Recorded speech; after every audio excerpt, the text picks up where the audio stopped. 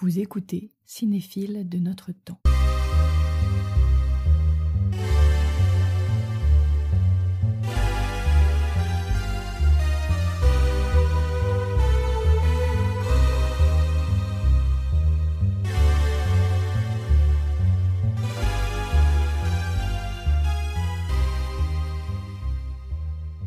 Entouré par le 7e art dès sa jeunesse, notre invitée ne se destine pourtant pas de prime abord au cinéma. Diplômée d'études de genre, de sociologie et d'art à Londres, elle fait son premier film alors qu'on lui avait simplement demandé la traduction d'une vieille cassette audio. 2 ans plus tard, toujours portée par des archives sonores et visuelles, elle réalise son second film, dans lequel elle raconte l'histoire de sa grand-mère, Carole Roussopoulos, et de son amie chère, Delphine Seyrig, à travers leur lutte politique et féministe. Portée par la puissance des images et du son, cette cinéphile de notre temps n'est pas perdue dans le passé et utilise aussi les outils de son époque. Elle fait des collages sur YouTube, chante, chuchote et glane des images sur Internet pour créer des vidéos politiques et drôles. Digne héritière d'une lignée de femmes cinéastes et bricoleuses comme Agnès Varda, Nelly Kaplan et bien sûr Carole Roussopoulos, nous sommes très heureux et heureuses aujourd'hui d'accueillir à notre micro Callisto McNulty. Bienvenue et merci beaucoup d'être venue dans notre émission. Merci pour cette invitation, je suis très heureuse aussi d'être avec vous aujourd'hui. Et on va poursuivre avec une petite citation pour commencer. Je n'ai jamais été une cinéphile pure et dure, et maintenant je ne vais quasiment plus au cinéma. Je n'ai pas envie d'aller voir des films par simple curiosité. Pour me faire mon idée, il faut qu'on me dise qu'il y a quelque chose d'essentiel à découvrir, mais j'en demande sans doute trop. Et c'est une citation de Chantal Akerman, lorsqu'on lui a demandé justement, dans les années 2000, de dévoiler sa cinémathèque idéale à la bibliothèque du film de la Cinémathèque française. Alors, est-ce que ça te parle ? Un peu, ouais. Je dois dire que je vais souvent au cinéma voir des films qu'on m'a recommandés, ou non, pas tellement au cinéma, mais plutôt les films que je vois sur mon ordinateur ou que je vais aller voir sur des sites comme Mubi ou même parfois Netflix, j'avoue, ou des films que je glane. Par les temps qui courent, c'est un peu plus. C'est vrai que c'est souvent des films qu'on m'a recommandés. Et j'aime beaucoup... je pense qu'il y a aussi quelque chose de l'ordre de l'affect. Quand on t'a recommandé un film, il y a aussi une rencontre avec quelqu'un qui l'a vu, un autre, une ou un cinéphile. Et c'est vrai que je la comprends assez, en fait. Mais en même temps, j'ai aussi un côté assez aventurière, curieuse. J'adore aller au cinéma dans la journée sans trop savoir ce que je vais voir. Et puis, je rentre dans une salle de ciné et puis je découvre un film... Il y a aussi une dimension comme ça d'aller à l'aventure, en fait, à travers le cinéma qui me plaît bien. Donc je m'identifie, mais pas tout à fait non plus, mais c'est assez fort, ouais. Et la première partie de la citation « Je ne me sens pas cinéphile », c'est quelque chose qui te parle ou justement t'es pas du tout en résonance avec ça ?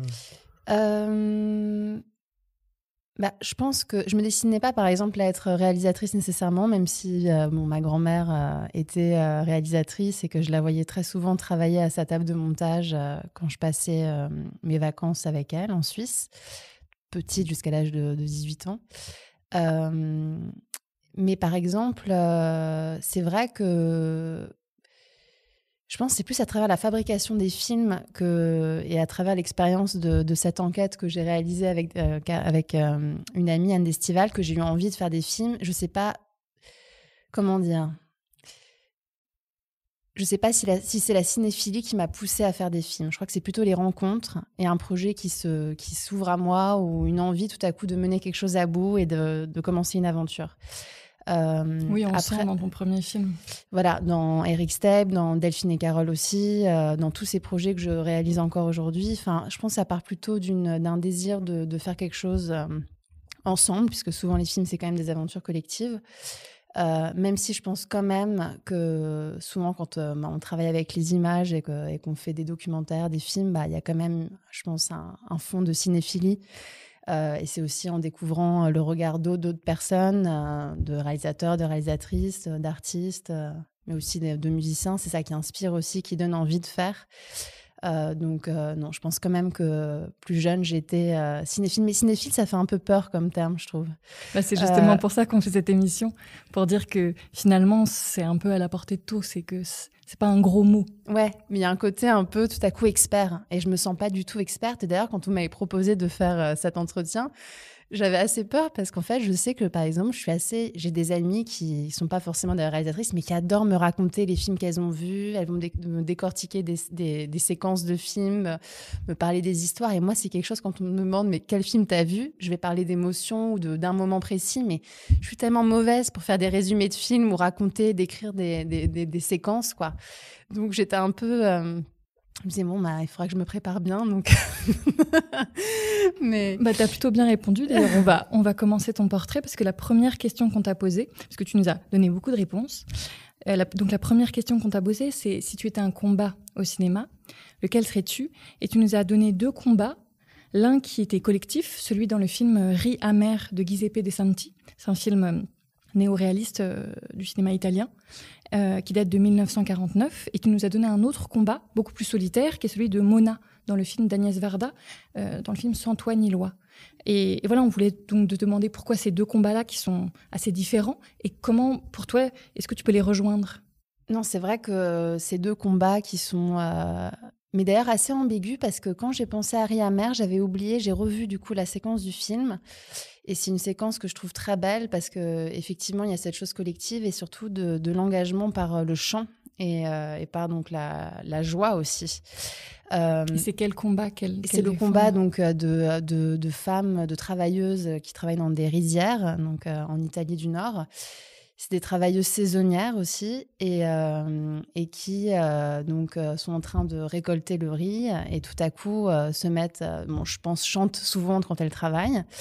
Et arrivent sur leur terrain de travail des travailleuses journalières et pas saisonnières. Et donc, ils vont mettre en péril leur labeur, en fait, et leurs droits, puisque donc il y a une division qui s'opère là. Et au début, le chant, c'est un chant qui divise, puisqu'en fait, elles se répondent et elles se combattent d'une certaine manière à travers comme ça des répliques chantées. Et petit à petit, en fait, elles vont s'unir en fait à travers le chant. Et donc, je trouve que c'était une séquence vraiment très très belle, avec en plus Silvana Mangano, c'est ça qui est juste magnifique dans ce film et d'une sensualité et d'une puissance aussi. Après, c'est un film en même temps assez dramatique, assez... oui, qui finit pas très bien. Qui finit mal, qui est finalement... Donc, c'est assez bizarre, mais j'ai vraiment pensé à cette séquence-là et pas tant au film qui est loin d'être très féministe au final, mais avec des choses quand même très belles dedans et assez fortes. Et c'est vrai que ça s'éloigne d'un combat qui est beaucoup plus électron libre de Mona dans le film d'Agnès Varda, Sans toi ni loi, mais qui, moi, m'émeut énormément parce que je trouve que c'est une jeune fille qui a moins de 18 ans, qui a 18 ans, je sais pas, qui est magnifiquement interprétée par Sandrine Bonner. Et qui a un électron libre et qui veut vivre sa vie comme elle l'entend, j'imagine à travers aussi des formes d'empêchement social. On comprend pas très très bien, il me semble. Je l'ai vue il y a quelque temps déjà, donc je crois qu'elle était secrétaire à la base et qu'elle a tout quitté. Enfin, elle était dans le secrétariat, je crois. D'accord. Et il y a une forme de rejet en tout cas dans sa position, dans sa posture. C'est ça. Et en fait, il y a un rejet un rejet social aussi du monde et des normes grégaires aussi, des joies collectives. Et cette jeune fille qui a un côté assez misanthrope aussi et qui part sur la route et qui est dans l'errance, ou peut-être plus dans l'itinérance si on ne veut pas être dans quelque chose de trop péjoratif. Et c'est une lutte assez solitaire parce qu'en fait... tout nous pousse dans ce monde à ne pas faire les choses seules et surtout quand on est une femme à se contenir et elle en fait elle y va et elle est dans cette ambivalence d'être à la fois très indépendante, elle dit non, elle affirme sa singularité et en même temps elle est complètement dépendante des rencontres qu'elle va faire puisqu'elle doit manger, elle doit trouver un toit et moi c'est une figure qui m'émeut et qui me fait un peu penser même à Valérie Solanas, à des figures comme ça très radicale de dire non au monde, mais en même temps je pense d'être lié à lui malgré tout en fait. Voilà, d'être lié à lui. Et d'ailleurs en fait depuis qu'on a eu cette première discussion sur les films et les combats, j'ai vu un autre film américain, donc assez gros budget, mais moi qui m'a quand même vraiment touchée, qui est beau, qui s'appelle Nomadland, qui a été primé à Venise et où c'est plus une jeune fille qui est nomade, mais c'est une femme de 60 ans interprété par Frances McDormand. C'est ça. Et produit par elle aussi. Et c'est pareil, c'est un beau film sur des personnalités fortes, en même temps très fragiles, mais qui... Bon, là, la différence, que ça finit bien, cette histoire. C'est pas tragique. C'est-à-dire que sa volonté aussi de s'affranchir de certaines... de la cellule familiale, de la cellule, enfin, du travail, se fait aussi dans une revendication aussi, je pense, individuelle. Et elle ne meurt pas à la fin, donc c'est quand même... C'est plus joyeux. Ouais. Et ça donne pas plus de force au combat, mais en tout cas, ça dit qu'on peut aussi le faire, finalement, ce combat, je trouve. On peut aussi le mener nous-mêmes. Tout à fait. De pas avoir une fin tragique comme celle de Mona. On t'a demandé en seconde question, si tu étais une voix au cinéma, laquelle serais-tu ? Et tu nous as répondu de manière assez évidente, celle de Delphine Seyrig. Donc on voulait t'en demander quand même un petit peu plus. Oui, j'ai beaucoup réfléchi. J'avoue en fait que je suis pas dans une sorte d'idéalisation des voix d'hommes ou de femmes au cinéma. Donc en fait, j'ai vraiment dit ça plus parce que c'est une voix qui m'a accompagnée pendant longtemps là, depuis quelques années, depuis le début du projet jusqu'au montage. Et c'est vrai que c'est une voix, elle a une très belle voix, mais en soi, moi, c'est pas tant sa voix qui est cette voix sensuelle, rauque, avec ce phrasé dont tout le monde me parle quand je parle de Delphine et Carole. Non, c'est plutôt ce qu'elle raconte et sa colère et son intelligence et sa liberté, quoi. Je trouve que c'est une femme qui porte une voix, mais pas une voix, je veux dire, dans son contenu aussi, pas que dans sa forme. Oui, et ce que j'aime bien, c'est que quand on l'entend dans ton film, donc Delphine et Carole, Insoumise, quand on l'entend parler à la télévision ou dans des interviews, elle a toujours cette même voix très sensuelle, très rauque, comme tu dis, mais elle a cette voix magnifique et en même temps, elle l'affirme et elle dit des choses hyper importantes de cette voix si belle. Et donc, j'aime bien aussi, pas la contradiction, mais en tout cas, un espèce de frottement qui se fait entre ces deux choses qu'on pourrait mettre en contradiction. Et justement, peut-être que c'est pour ça aussi que tout ce qu'elle dit est plus audible. Parce que si elle n'avait pas une voix aussi belle, peut-être que... Je pense qu'elle nous prend. Enfin, en tout cas, ceux qui résistent à ce qu'elle peut dire dans le fond peuvent être un peu envoûtés par sa voix et donc les messages passent mieux. Et du coup, je pense que c'est une force. Et c'est aussi la force d'être une actrice engagée. Parce que évidemment, elle est belle, elle incarne quelque chose de sensuel aussi. Et donc elle fait peut-être moins peur que si c'était quelqu'un de moche et de moins sexy. Et c'est malheureux, mais en même temps, elle le transforme et elle en fait une force. Donc je pense que c'est important aussi. Et est-ce que pour toi, c'est devenu une voix un peu familière qui, justement, c'est un peu... Enfin... où tu l'as un peu enlevé de la Delphine Seyrig qu'on adore en ce moment, qu'on admire, etc. Est-ce que c'est devenu quelqu'un de plus familier près de toi, vu que tu as monté beaucoup de ces archives, que finalement tu es assez proche de ces deux personnages, qui étaient ta grand-mère et Delphine ? Ouais, en fait, c'est assez drôle, mais complètement. D'ailleurs, le film s'appelle Delphine et Carole. C'est comme si c'était... D'ailleurs, je parle de Delphine, je dis même plus Delphine Seyrig, comme si c'était quelqu'un... avec qui j'avais un lien sans jamais l'avoir connue. Elle est même décédée le mois de ma naissance, donc c'est quand même... mais oui, j'ai l'impression de... J'ai eu accès donc déjà à ses entretiens, à ses films, j'ai l'impression de bien la connaître, mais aussi à travers son fils, Duncan Jungermann, qui m'a montré aussi des lettres, toute une série de correspondances qu'ils ont eues ensemble. Et je trouve que c'est quelqu'un de tellement bon conseil, de tellement moderne pour l'époque, que... Des fois, je les lisais, j'avais l'impression qu'on discutait, qu'elle aurait pu être mon amie, quoi. Elle aurait été mon amie, je pense. Et c'est drôle parce que cette familiarité-là, je l'ai eue évidemment en travaillant sur le film, mais je l'avais aussi un petit peu avant. Parce que Carole Rossopoulos, ma grand-mère, me parlait assez souvent de Delphine, ou quand il y avait des gens qui venaient, elle en parlait parce que c'était une amie en commun avec d'autres. Et donc, il y avait des photos à la maison, il y avait des objets aussi, il y avait des vêtements. J'ai hérité d'un petit haut de Delphine Seyrig que j'ai porté tous les étés. Donc, il y avait aussi cette familiarité-là, en fait, qui s'est fait par les objets, par quelque chose de... c'est pas une admiration purement détachée ou... De star, finalement. Et alors, c'est intéressant parce que tu nous parles d'amitié. Et justement, alors, nous, sans arrière-pensée, on t'a posé la question d'amitié au cinéma. Et en imaginant notamment une des questions que Delphine Seyrig avait pu poser dans un de ses films à plein d'actrices, le fait que beaucoup n'ont pas pu jouer des scènes juste d'amitié désintéressée dans des films. Et donc tu nous as répondu par 2 films, Les Petites Marguerites, et un film beaucoup plus rare encore, Les Stances à Sophie, de Moshe Mizrahi. Et c'est intéressant parce que j'ai l'impression que c'est 2 films qui se répondent assez bien, en fait. Est-ce que tu veux nous expliquer pourquoi tu les as choisis ? Parce que je les trouve vraiment géniaux, ces films. Quand vous m'avez posé la question, j'avais aussi vu Thelma et Louise, que j'adore, mais qui est plus évident. Donc, je pense que j'avais... Il est plus connu. Voilà, il est plus connu. Puis, c'est aussi une histoire d'amitié qui se termine sur cette chute libre. Donc... Beaucoup de chutes, beaucoup de morts tragiques, quand même. Oui, quand même, beaucoup de morts tragiques dans ces films, avec des personnages féminins forts. Le film, donc, Les Stances à Sophie, je trouve que...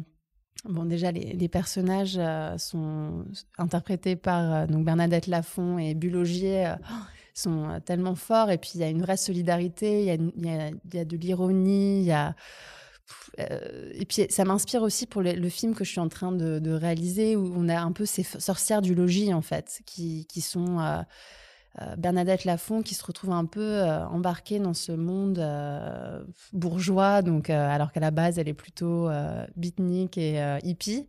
Et elle tombe amoureuse, on ne sait pas très bien pourquoi et comment, mais d'un bourgeois il se marie et elle se voit un peu contrainte d'intégrer cette cellule familiale, de s'occuper de son mari et de poursuivre ce contrat qu'ils viennent de mettre en place.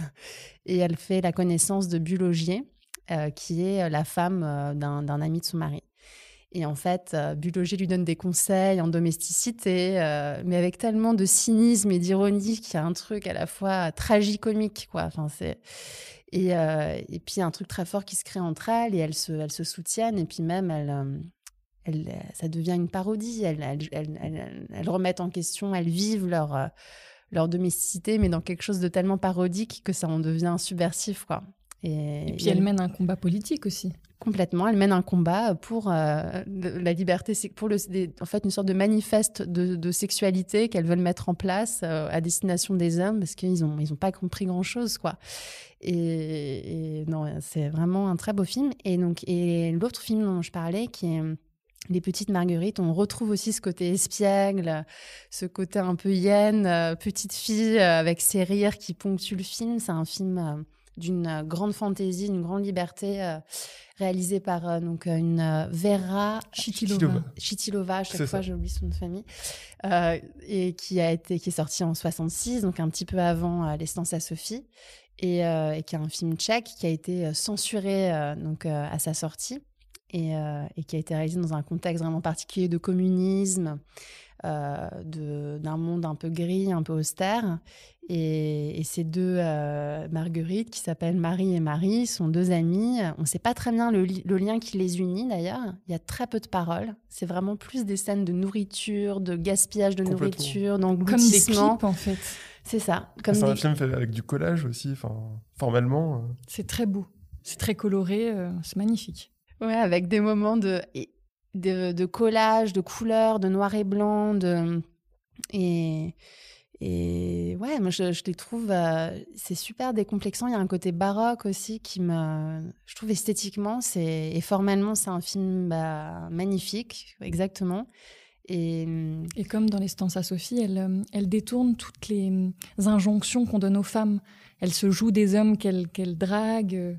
Elles sont vraiment très drôles. Oui, pour qu'en fait, il les invite à dîner. C'est très drôle, cette scène où on la voit en train de dîner avec un vieux monsieur bourgeois qui ne dit pas grand-chose.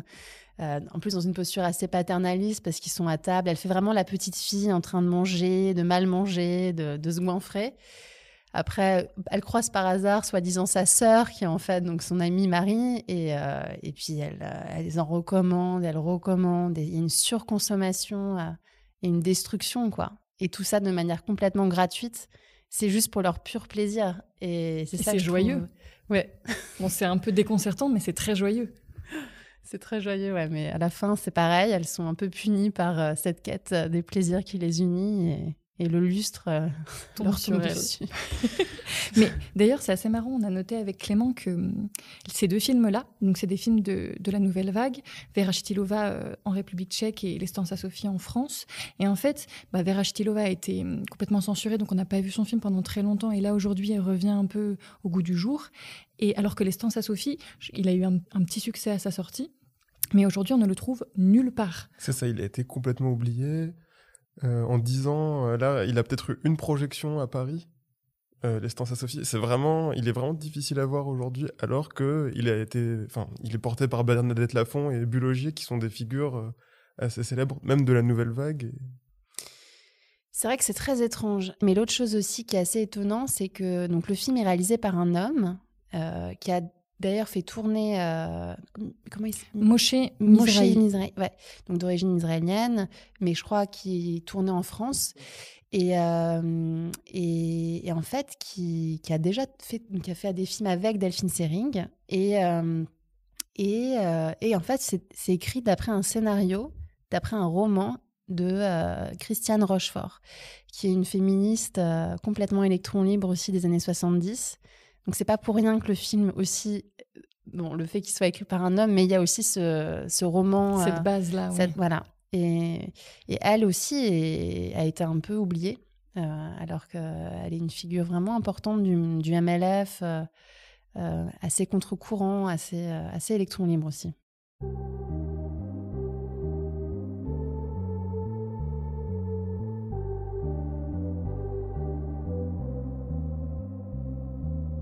À l'ère des multiples plateformes numériques, les films semblent pouvoir être sauvés de l'oubli un peu plus facilement qu'il y a quelques années. Dans notre deuxième partie du portrait, Callisto évoque son rapport à des plateformes, notamment à YouTube, sur lesquelles on trouve tout et n'importe quoi.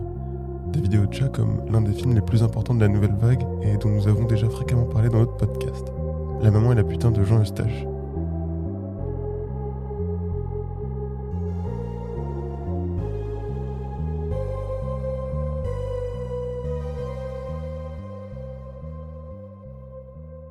Alors, la première question qu'on t'a posée, elle était assez large en fait, parce que on sait que tu fais des vidéos sur YouTube, des vidéos d'ASMR, on sait que tu regardes aussi des films sur Internet, et on voulait te demander justement ton rapport de cinéphile avec Internet en général.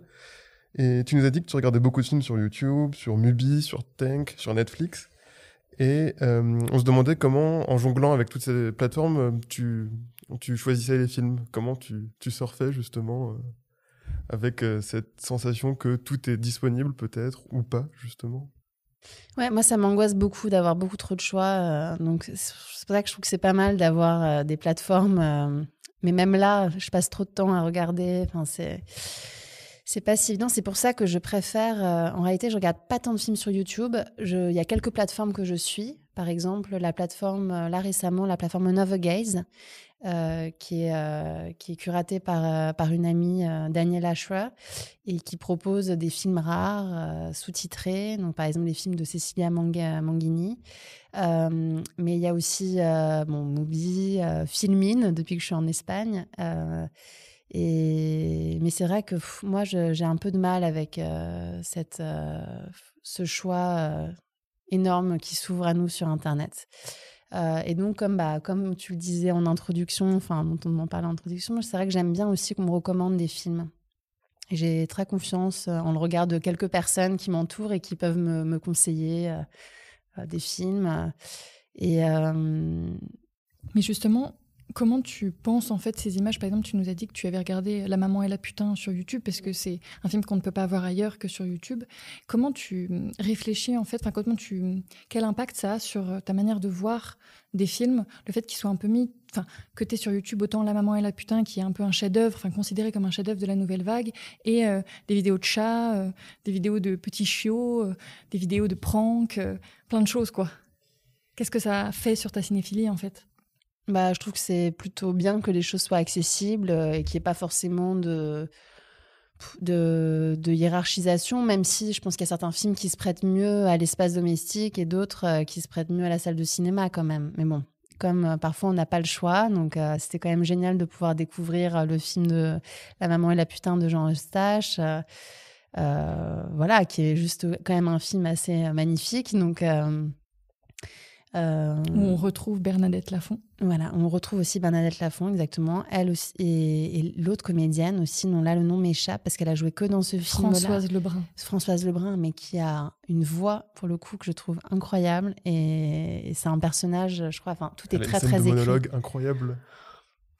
C'est ça, c'est des monologues où elle répète le mot à fond, à fond, à fond, mais c'est vraiment son tic de langage, mais en plus qui a été complètement écrit par Jean Eustache, parce qu'il y a très peu d'improvisation dans les films qu'il dirige.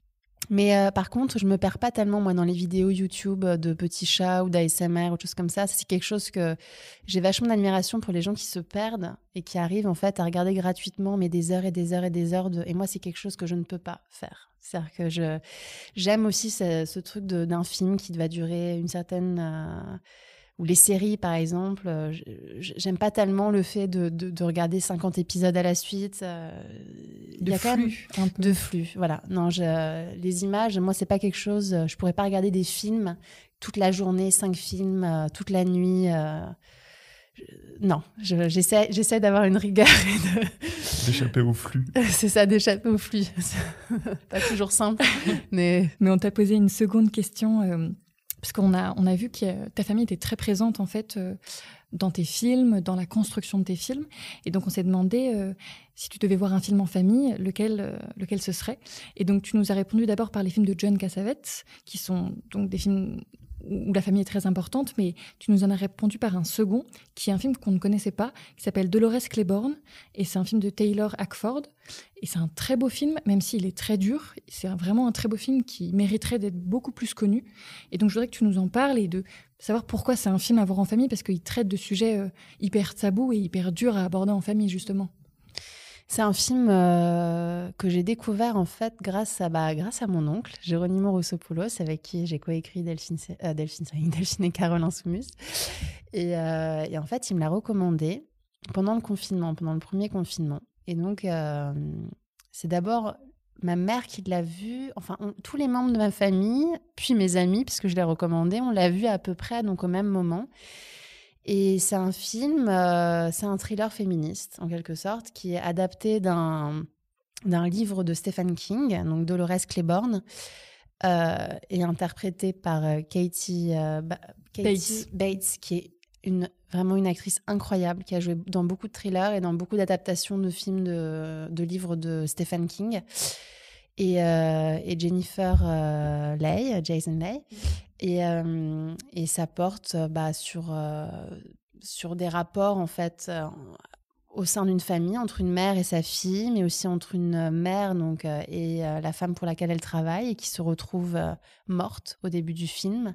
Donc on croit à l'assassinat, on rentre vraiment dans un thriller un peu classique américain, qu'on sent qu'on va aimer, mais voilà, on ne sait pas ce que ça peut donner. Et qui nous embarque, qui rend dans quelque chose de beaucoup plus fin, sinueux, qui parle aussi des rapports de domination entre femmes, entre donc une femme qui a de l'argent, qui est très très très bourgeoise et qui exploite un peu cette femme, et en même temps des rapports de solidarité au sein de ces conflits, mais sans jamais effacer les rapports de force exactement sociaux.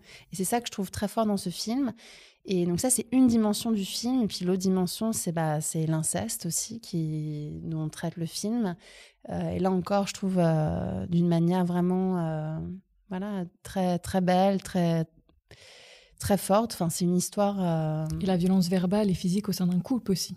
Exactement. Parce que c'est l'histoire de cette femme qui fait le ménage chez cette bourgeoise et qui a un mari violent et qui se fait complètement atomisé par son mari, quoi. Complètement, et qui à un moment n'a pas d'autre choix que pour protéger sa famille d'avoir recours à un acte très violent. Et en fait, on le découvrira. Bon, je vais peut-être pas en parler, mais non, il faut voir le film. C'est un film qui est très beau, qui est un film qui, je pense, est un peu bâtard, parce c'est à la fois une production américaine, mais qui est très indépendante dans sa forme et dans le sujet. Et donc, il n'y a eu aucun prix, qui n'a pas été vraiment mis en valeur, je trouve, et qui, comme tu l'as mentionné, mériterait de l'être. Je trouve que ça aborde ces questions-là de manière très juste et très touchante.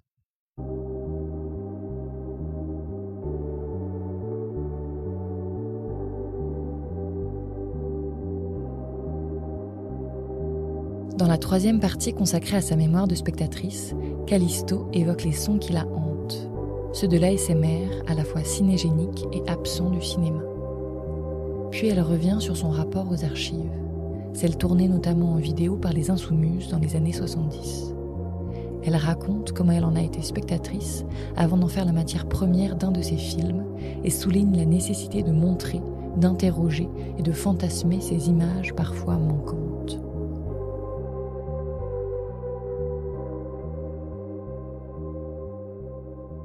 Donc les vidéos d'ASMR, peut-être pour ceux qui connaissent, celles et ceux qui ne connaîtraient pas, donc c'est les vidéos de relaxation sur YouTube qui sont parfois relaxantes, mais parfois plutôt excitantes ou flippantes. Et moi, ce que je trouve qui me fascine assez, c'est ce truc d'intimité en fait sonore. Et c'est des gros plans sonores. Et c'est souvent quand même des femmes qui mettent en place ces situations où elles sont donc tout proches d'un micro-canon ou d'un micro. Et elles vont faire des bruits de bouche, des bruits de respiration. Elles vont tapoter le micro. Des fois, elles ont des très longs ongles vernis. Donc, il y a quelque chose d'un peu grinçant aussi, un peu flippant. Et je trouve que c'est un univers très étrange que ça convoque parce que c'est super ambigu. C'est à la fois très sexualisé.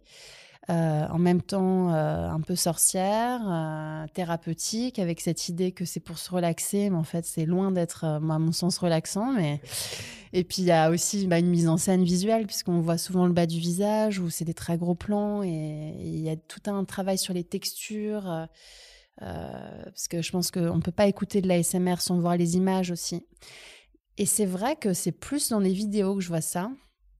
Dans des vidéos parce que je pense qu'il y a quelque chose d'intime, quoi, et que peut-être de voir ça sur grand écran, ce serait presque trop, quoi. C'est quelque chose qu'on doit écouter tout seul ou toute seule parce que sinon c'est un peu gênant, quoi. Il y a un truc un peu honteux de bruit de bouche, de bruit abject, quoi.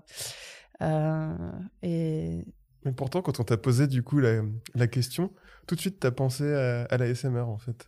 Oui, ça... oui, parce qu'en plus en ce moment je suis en train de faire une vidéo où j'utilise un peu des bruits comme ça, donc je pensais à ça. Et puis j'en ai fait une avec Anne d'Estival, on avait fait notre version de l'ASMR, une version un peu dark qui s'appelle Les Vernisseuses. Mais oui, j'ai pensé à ça parce que c'est vrai que le son est vachement présent dans l'ASMR, quoi. Et après, je sais pas s'il y a des films qui... En fait, les films font toujours ça, parce qu'il y a toujours des bruitages, il y a toujours... mais peut-être que c'est moins visible ou qu'on le...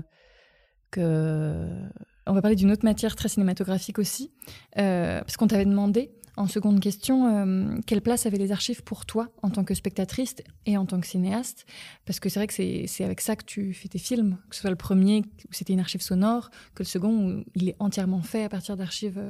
visuel. Oui, c'est vrai que l'archive, c'est quelque chose qui me suit.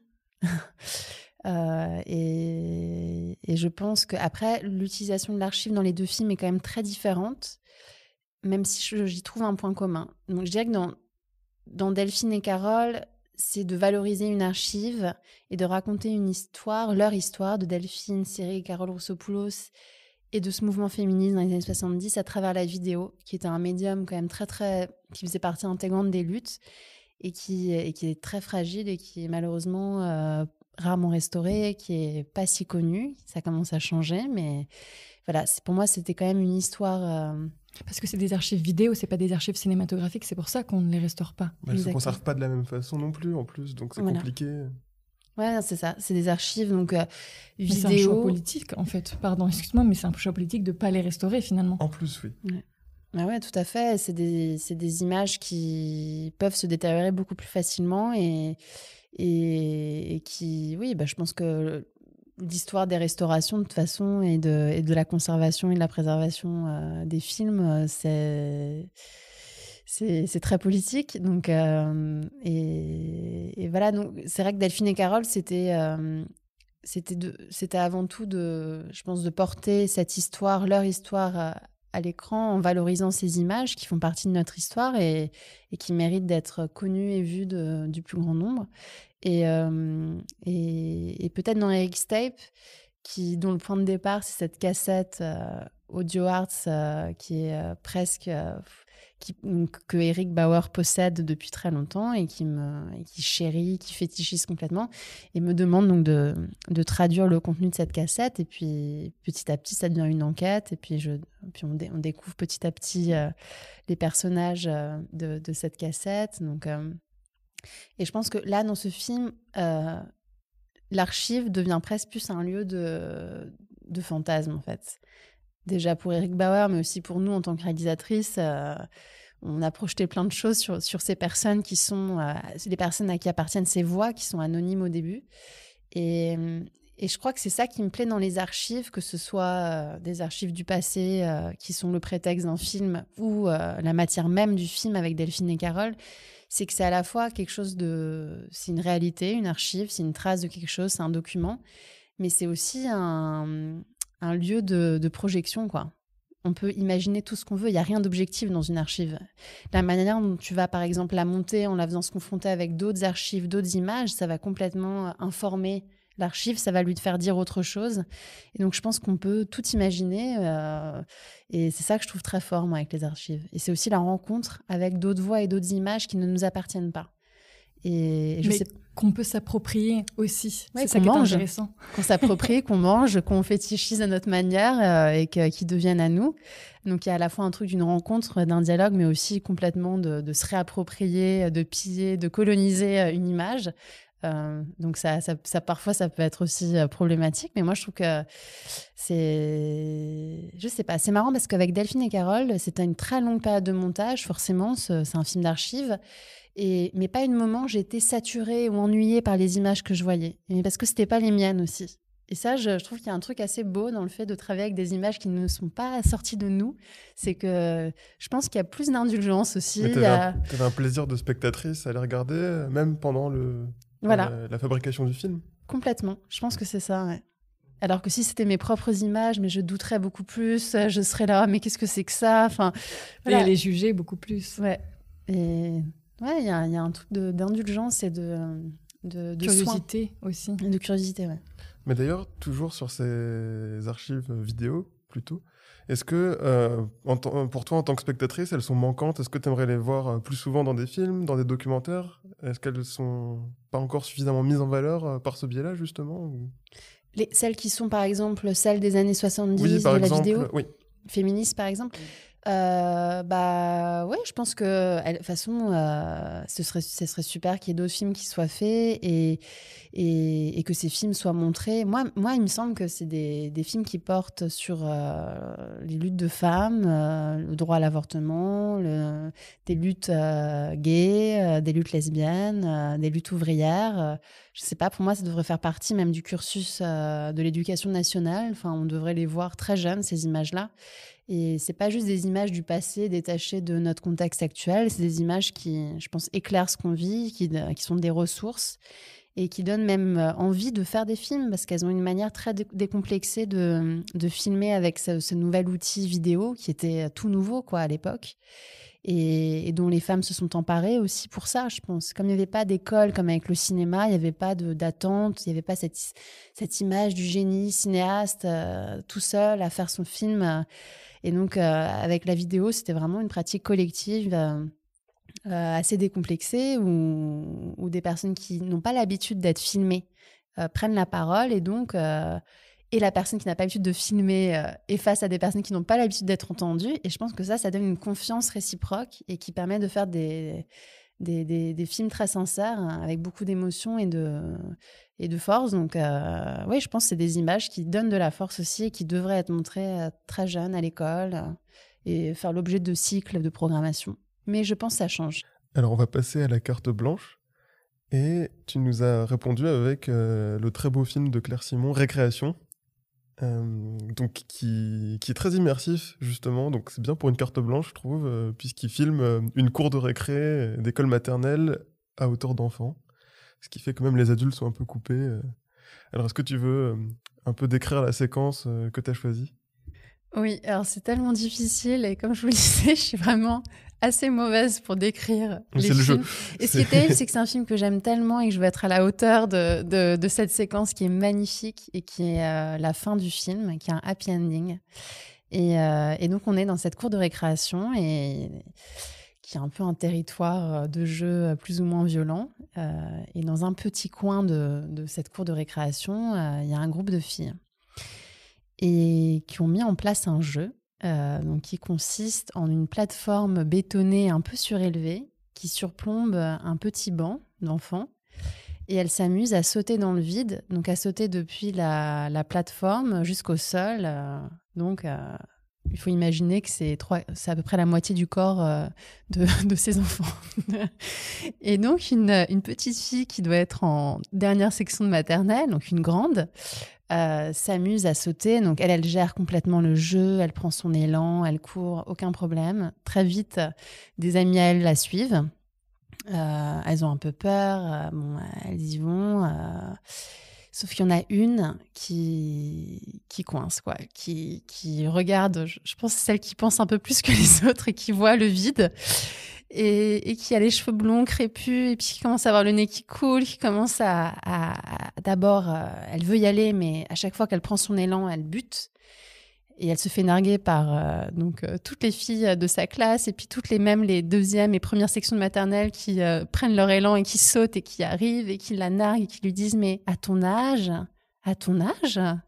Et elle est là et puis elle essaye, elle n'y arrive pas. Et puis on la voit passer mais vraiment par tous ces états.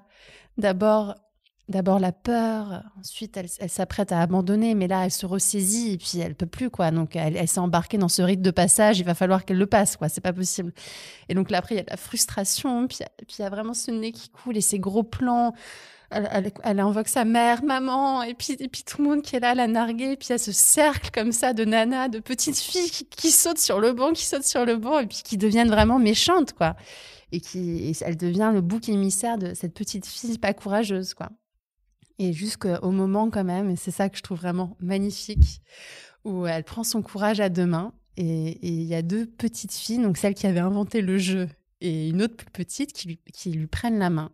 Et elles prennent leur élan. Et là, ralenti, et on les voit sauter par-dessus le banc. Et on les voit même pas atterrir. Donc, on comprend tout va bien se passer à mon avis. Et puis, il y a un petit côté un peu Thelma et Louise, où elles sautent dans le vide et on ne sait pas où elles arrivent, mais il y a un truc d'émancipation. Voilà. Je crois que c'est vraiment une scène, mais magnifique. Et c'est un film, mais fou. Enfin, je trouve incroyable qu'elle ait réussi à filmer dans cette cour d'école. Les enfants, c'est comme s'ils ne voyaient pas la caméra. Ils l'oublient, mais ils font leurs jeux, qui sont des jeux franchement hyper violents. On voit tous les mécanismes de reproduction sociale à l'œuvre, alors qu'ils ont entre 3 et 6 ans. Enfin, c'est les petits garçons d'une violence entre eux, des petites filles qui veulent aider le petit garçon marginal à faire ses petites constructions avec des bâtonnets en bois. Enfin bon, c'est vraiment, je sais pas, c'est un territoire fascinant, je trouve, la cour de récréation. Et le truc le plus fou dans cette histoire, c'est donc qu'elle a tourné le film. Claire Simon l'a monté et en le montant, elle a réalisé que le son était malheureusement vraiment trop mauvais parce qu'il y avait la résonance, la réverbération et puis les cris de la cour. Et donc, elle a tout doublé. Tout ce qu'on entend, tous les propos, les dialogues ont été doublés par les enfants eux-mêmes.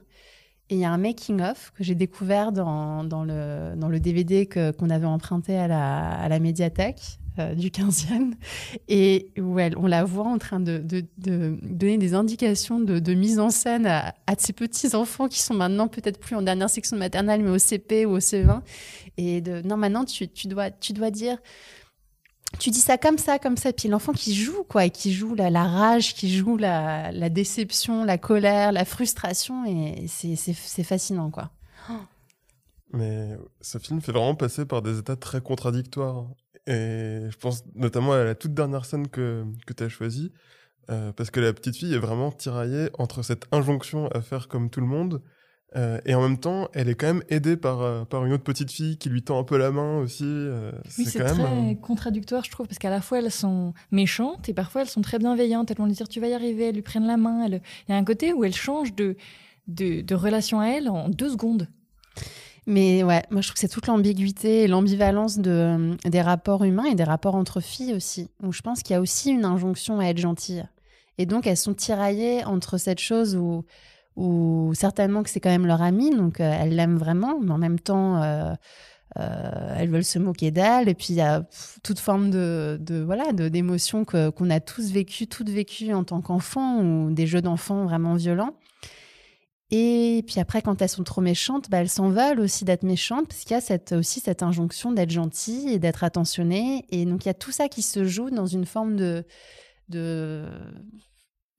violence, mais aussi de sincérité. Et en même temps, c'est des vraies copines. Moi, je trouve que la scène de fin est belle, parce que c'est vrai qu'après l'avoir un peu narguée, après l'avoir un peu fait voir de toutes les couleurs, on sent qu'en plus, c'est la petite un peu mal dans sa peau. C'est un peu le mouton noir des petites filles, on le voit, quoi. Mais malgré tout, elles lui tiennent la main et elles y vont ensemble, quoi. Et c'est grâce à ces 2 filles qu'elle réussit à sauter le pas, quoi. Et donc, c'est vrai que c'est quand même une belle fin qui cache pas la violence entre les enfants, mais qui montre aussi la solidarité. Après avoir parlé des enfants à l'écran, Callisto s'est prêté au jeu de notre questionnaire en répondant à une question difficile, celle du film à transmettre aux générations futures. Imprégné des pensées féministes qui ouvrent depuis quelques années un nouveau regard sur notre monde, Callisto nous parle de plusieurs films transmettant une grande énergie et une saine colère et qui donnent envie de changer la société.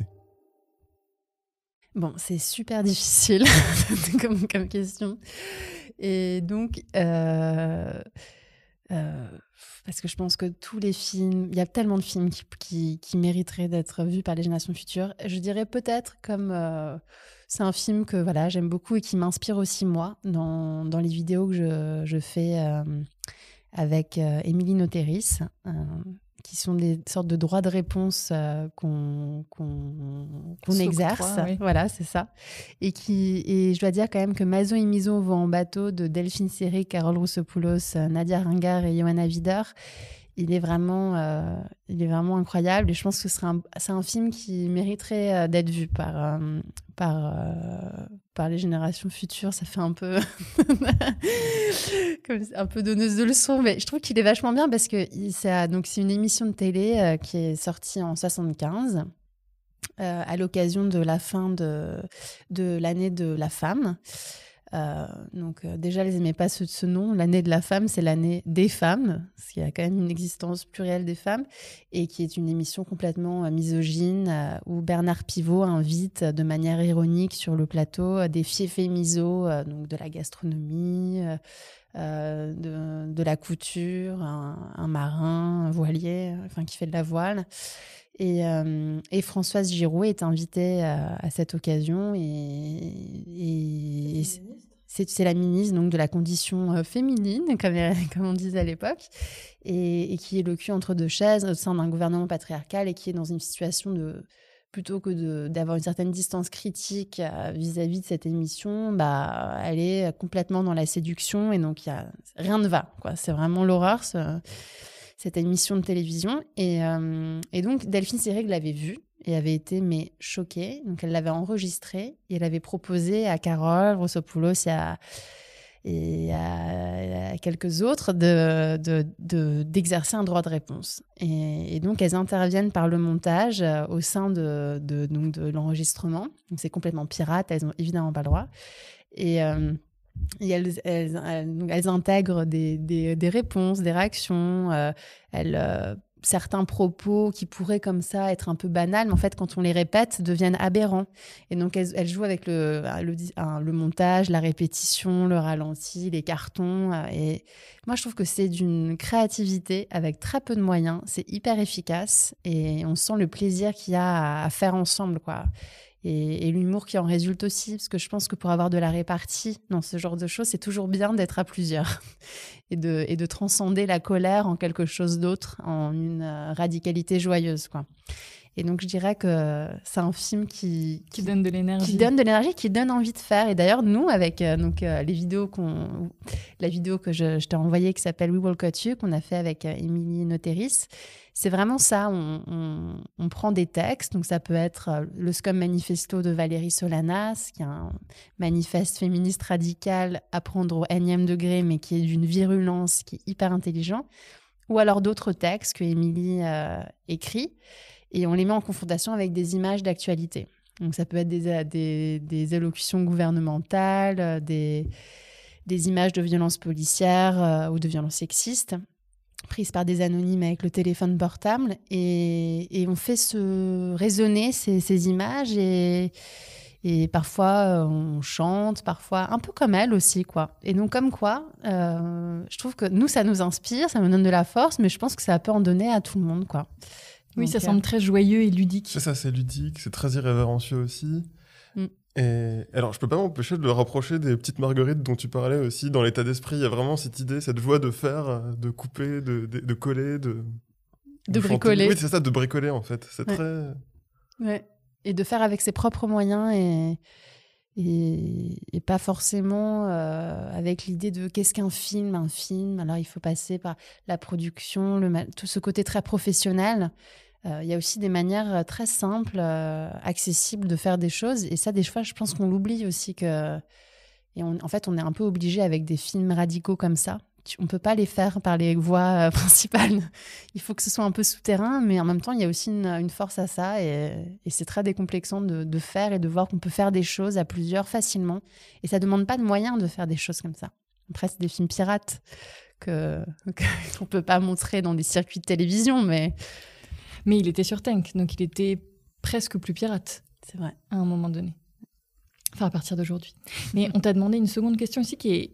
On Très nous a compliqué. souvent dit assez dur, ouais. Je pense que c'est notre question, l'une de nos questions les plus difficiles quand on la pose, c'est ce qu'on nous dit en tout cas. C'est donc le film que tu détestes et que pourtant tu recommanderais. Et c'est intéressant parce que tu as choisi Once Upon a Time in Hollywood, donc c'est le dernier film de Quentin Tarantino. Et tu nous as dit que c'était un bon exemple de patriarchal gaze et de cynisme à pas suivre. Et le mot patriarchal gaze, je le trouve intéressant. Pourquoi tu l'as choisi, celui-là, ce mot, plutôt que celui de male gaze ? C'est un peu... je pense que le combat aujourd'hui, il ne se situe pas au niveau d'un regard masculin ou d'un regard féminin je pense que... Je ne sais pas si c'est là que la frontière se joue. Moi, ce qui pose problème, c'est plus un regard patriarcal qui d'ailleurs peut affecter le cinéma masculin, mais aussi le cinéma féminin ou le cinéma des femmes, je pense.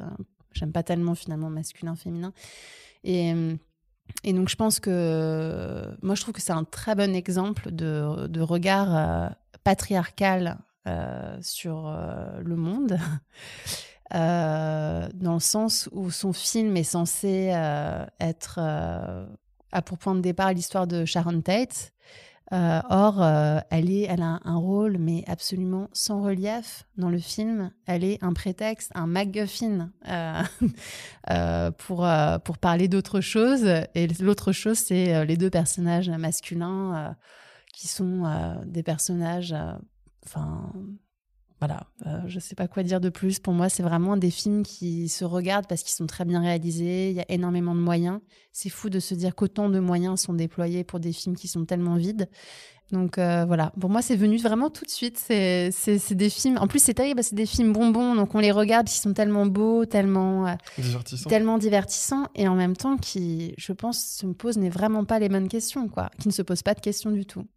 Et je trouve ça quand même dommage quand on réalise. Enfin, c'est pas juste dommage, moi je trouve ça fou que des gens aient des millions pour faire des films comme ça. Mais c'est une vraie question, le terme de male gaze ou patriarchal gaze. Et moi, c'est vrai que je suis plutôt pour la team patriarchal gaze. C'est noté. Bon, on va finir ce podcast avec notre question fétiche, qui est celle des films refuges. Donc, on t'a demandé ton film refuge. Alors, tu nous as cité beaucoup de comédies musicales, qui étaient un peu ton genre préféré. Et parmi toutes ces belles comédies musicales que tu nous as citées avec Jacques Demy, avec les comédies musicales américaines comme Grease ou West Side Story, il y en avait une qui était vraiment tout à fait incongrue dans la liste, qui était le film The Hole de Tsai Ming-liang, qui est donc une comédie musicale taïwanaise qui date de la fin des années 90, qui est vraiment pas tout à fait refuge. Enfin, en tout cas, quand j'ai vu le film, je me suis pas réfugiée dedans. Mais donc, je voulais te demander pourquoi film refuge ? En fait, je pense que j'ai pensé film refuge. J'ai pensé à quelques films vraiment refuge pour moi. Donc, quand je pense à refuge, je pense à des films qui me mettent dans me réconfortent, qui me font du bien, des films un moment de cinéma, quoi. C'est ça, là tu nous as parlé des films de Jacques Demy, par exemple. Plutôt de Jacques Demy, plutôt des films qui sont liés à l'enfance aussi, que j'ai pu voir en boucle, voilà, pour moi Peau d'âne, Les Demoiselles de Rochefort, mais aussi un film par exemple que j'ai vu récemment, que j'ai revu récemment, que je trouve vraiment très très beau, c'est Saturday Night Fever. Qui est un film très émouvant, très porteur aussi je pense, d'engagement, quoi. Et c'est tellement méprisé comme genre, la comédie musicale, alors que... Avec La La Land, ça revient un petit peu au goût du jour. Oui, mais comme quelque chose presque un peu mainstream dans ces cas-là. Mais c'est pas un genre sérieux, c'est pas un genre... Et donc, je pense que j'ai un peu dérivé avec Tsai Ming-liang, parce que ça m'arrive aussi de regarder juste les séquences musicales qui sont sur YouTube accessibles. Mais c'est vrai qu'au sein du film, elles font office de refuge et de bonbons un peu chaleureux dans un film qui est assez inhospitalier quand même. Complètement. Le film est complètement inhospitalier et je pense qu'il résonne beaucoup avec ce qu'on vit aujourd'hui. C'est un film sur une épidémie, quoi, la contagion, et dans un espèce de no man's land, on ne sait pas trop où on se trouve, dans un pays asiatique, peut-être Taïwan, on ne sait pas très bien. Dans un immeuble à moitié désaffecté, très sale. C'est ça, tout à coup, plein de fuites, où tout à coup, les gens se transforment, il y a une épidémie, et se transforment en cafards et recherchent des coins les plus humides, où se réfugier. Et donc oui, donc c'est sûr que le sujet est loin d'être réconfortant. Mais c'est vrai que tout à coup, le film est ponctué aussi de ces séquences musicales complètement baroques, hyper, pour moi, qui sont vraiment refuge. Donc peut-être qu'effectivement, c'est pas le film en tant que tel, mais c'est les fragments musicaux en costume qui font du bien, quoi. Et qui sont un contrepoint tellement grand à l'austérité, à la froideur et à la noirceur du film par ailleurs, que là c'est un bonbon, quoi, dans le film.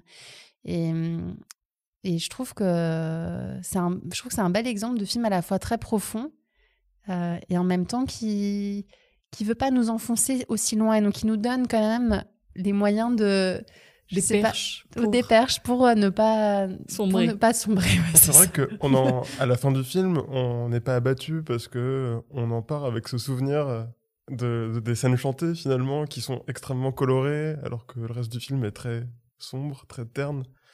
Mais c'est vrai qu'on se souvient surtout de ça finalement. C'est vrai. Mais justement, alors, ta réponse sur les refuges était assez intéressante parce que t'es parti en fait de tous ces films bonbons liés à l'enfance pour arriver à The Hall. Mais entre-temps, tu nous as parlé aussi de comédies musicales qui sont à la fois des bonbons et qui sont quand même très conscientes socialement. Donc, tu parlais de Saturday Night Fever. Mais tu nous as aussi cité la très belle comédie musicale d'Agnès Varda, L'une chante, l'autre pas. Et j'ai l'impression qu'il y a le côté comédie musicale à la demi et le côté conscient féministe qui se rejoignent, en fait, qui convergent vraiment dans ce film. Ouais, est-ce que tu as envie d'en parler un petit peu ?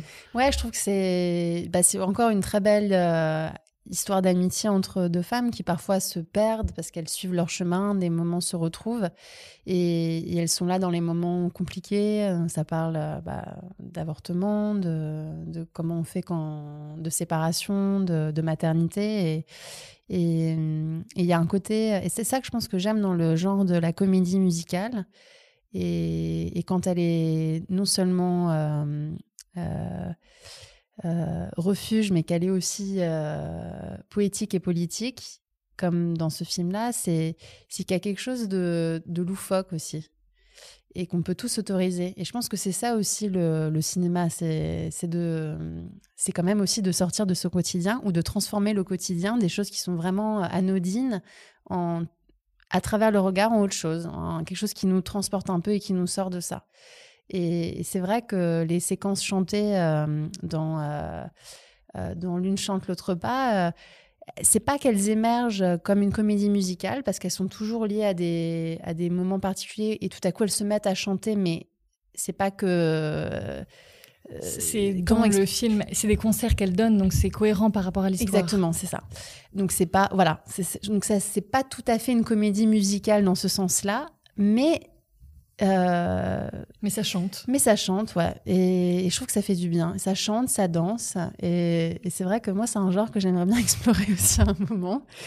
Et c'est un très beau film que j'ai découvert tard, qu'une amie m'a offert le DVD pendant le confinement aussi, ou peu de temps avant. Et que j'ai trouvé vraiment super beau. Et aussi dans les couleurs, parce que la comédie musicale et tous ces films que j'ai cités, c'est des films qui sont colorés, baroques en fait. Ça va loin ça peut friser le ridicule. Et justement, je trouve qu'il y a un côté très décomplexé et décomplexant à ça. C'est que peut-être parce que moi, j'ai toujours peur d'être ridicule. Et j'ai honte de tous ces petits bruits, toutes ces choses qui me fascinent. En même temps, c'est des choses qui, moi, individuellement, me font honte. Et je trouve que j'ai tellement d'admiration et tellement pour ce côté...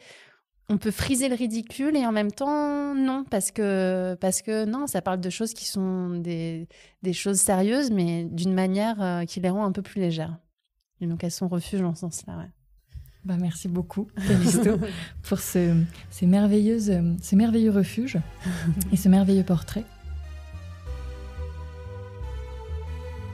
Merci à notre cher Gabriel pour sa musique et un grand merci à Franck Sescous, à Irène et à Rémi qui nous ont permis d'enregistrer cette émission dans la grande salle du Cinoche. Si vous avez aimé ce podcast, n'hésitez pas à le partager autour de vous, sur les réseaux ou de vive voix, et d'ajouter quelques étoiles sur votre appli de podcast. C'est peut-être un détail pour vous, mais pour nous, ça veut dire beaucoup. À la prochaine!